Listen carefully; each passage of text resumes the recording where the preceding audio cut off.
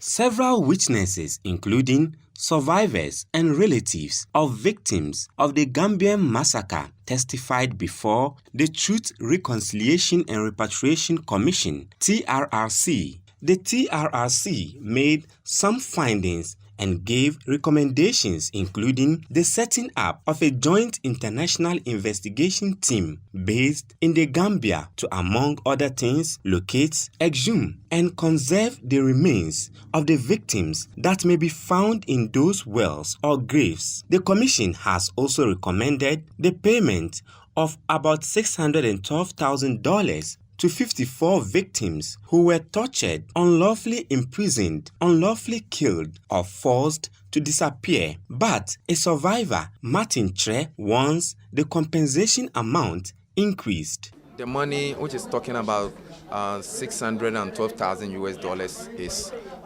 recommendation of the TRC. It's the recommendation. Now we think that maybe the Gambia government will see it through and say, okay, this money is something I need to add something to it based on the ECOWAS standard in Africa when somebody lost his life unlawfully. So when you consider the amount, it's not anything that we can write home about. But since it was a recommendation, we will tell the Gambia government to do something before he issued the white paper, because it's not anything to write home about. Something like paying $50 million for over 67 people who are nowhere to be found.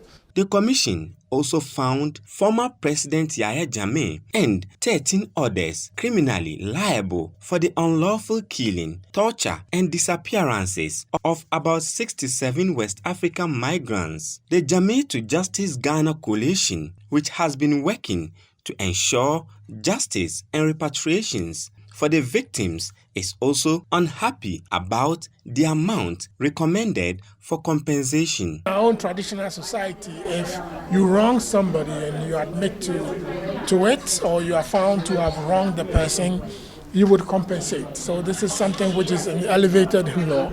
A wrongful act requires compensation.